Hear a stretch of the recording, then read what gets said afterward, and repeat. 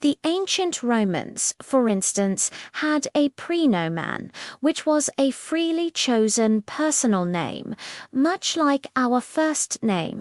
They also had a nomen, which identified the family or clan they belonged to, similar to our modern surname. The way surnames were formed is also really interesting and surprisingly similar across different cultures.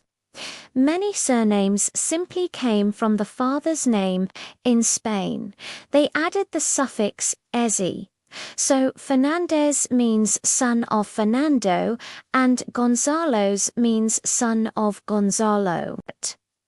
In England, they added son, which is why we have names like Johnson, meaning son of John. In Russia, it was Vich for men and Ovna for women, giving us Ivanovich, son of Ivan, or Petrovna, daughter of Peter. Other surnames came from the place where a person lived, like Toledo or Madrid. Some were based on physical traits like Calvo, meaning bald, or Blanco, meaning white. Professions also became surnames, like Guerrero, meaning warrior, or Alcalde, meaning mayor.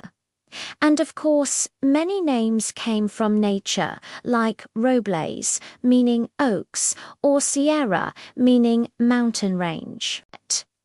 It wasn't until the late 19th century, starting with the German Civil Code of 1899, that laws began to systematically regulate names.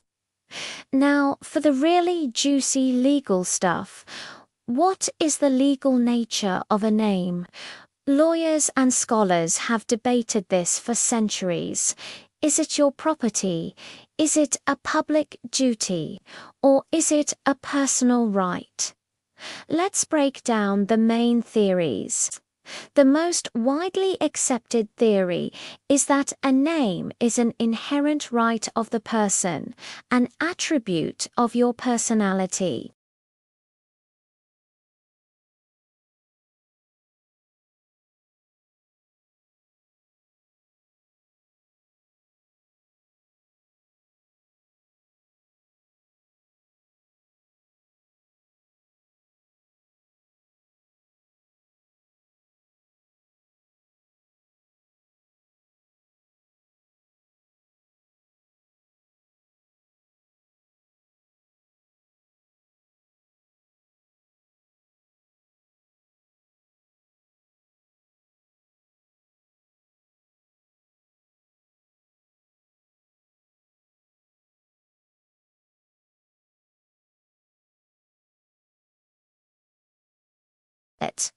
The law protects you if someone misuses your name, and if that misuse causes you financial harm, you can be compensated.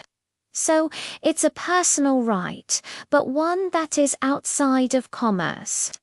Because a name is so closely tied to our identity, it has some very specific legal characteristics. It's inalienable, non-disposable, imprescriptibly, and generally unchangeable, except in specific situations allowed by law. Let's unpack those.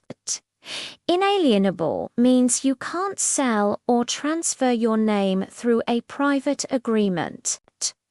Any contract to sell your personal name would be void because it is considered an attribute of your personality, not a commercial good. This is different for a business name, which can be sold along with the business itself, as long as it's clear who the new owner is.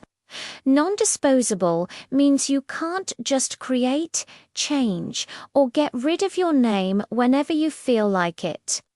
Your will is limited by what the law permits. For example, parents have the power to choose their child's first name.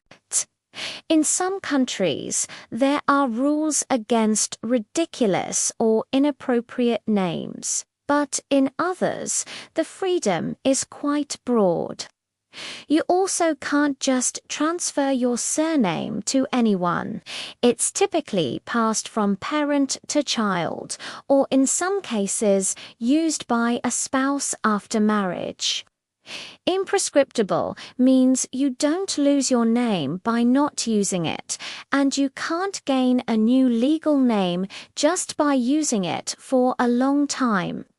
Your legal name remains your legal name regardless of whether you go by a nickname for 50 years. And finally, a name is generally immutable or unchangeable.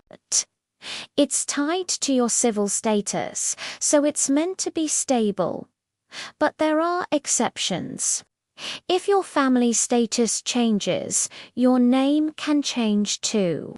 For example, if a paternity action proves who your father is, your surname will be changed retroactively. Adoption can also lead to a name change. A person might add their spouse's surname upon marriage and lose it upon divorce. There are also legal procedures for correcting or changing a name on official records, even without a change in family status, if specific legal grounds are met.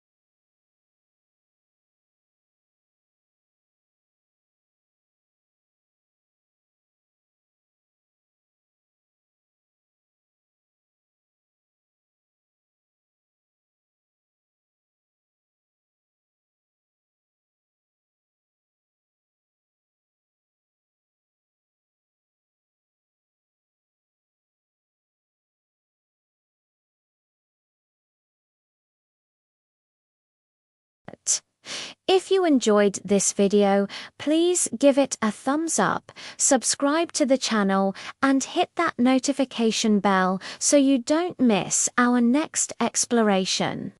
Drop a comment below and let me know if you know the origin of your own surname. See you in the next video.